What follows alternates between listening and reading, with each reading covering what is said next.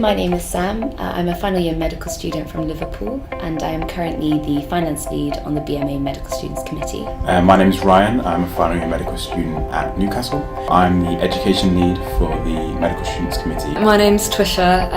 I'm the welfare lead on the Medical Students Committee. I lead the portfolio on medical student mental health, as well as lots of guidance to support medical students through their journey through medical school.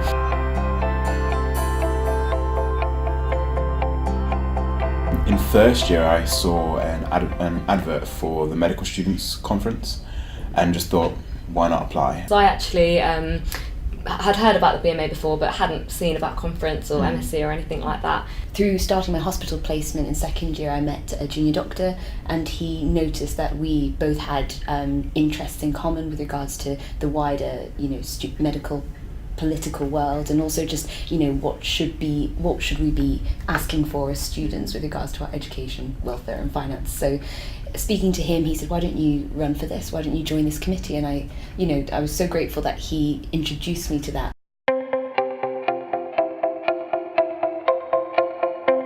At first it was actually quite daunting because there are so many acronyms and there's so much background information that you don't necessarily know.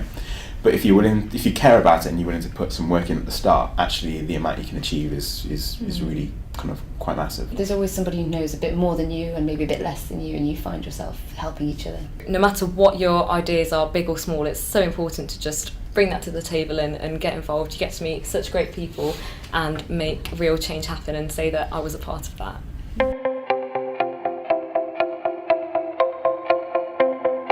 If you have a good relationship with your medical school, they can actually see the benefits of their students being involved with things like this. And so what you might find is that they actually can be very accommodating of the work you're doing, because they see the positive impacts that it has, both for you and your future, but also for the other students at the university and the university itself. Definitely. With the national exam that the GMC are thinking of introducing, people looked to the US and thought, wow, look at the costs that they have to foot just to be able to graduate and practice. And they felt really strongly that that isn't something that should happen here. And so what they did is they brought that emotion to our conference, and we debated it and came to the conclusion that medical students shouldn't foot any direct or indirect costs of that exam. And then that's been something that we've then taken to the General Medical Council, to the Medical Schools Council, and found some allies who think the same thing as us, and then really been able to push it forward and make sure it's high on their priority list. Being able to speak to other students back at home and they come up to you and say, oh, we're really enraged by this decision, or we're really happy with this decision made by the GMC, the General Medical Council. You can say, I was in that room, I was helping to fight your corner, and there's nothing more gratifying than that. It's really quite satisfying to sit back and think, you know what, we've had an impact here.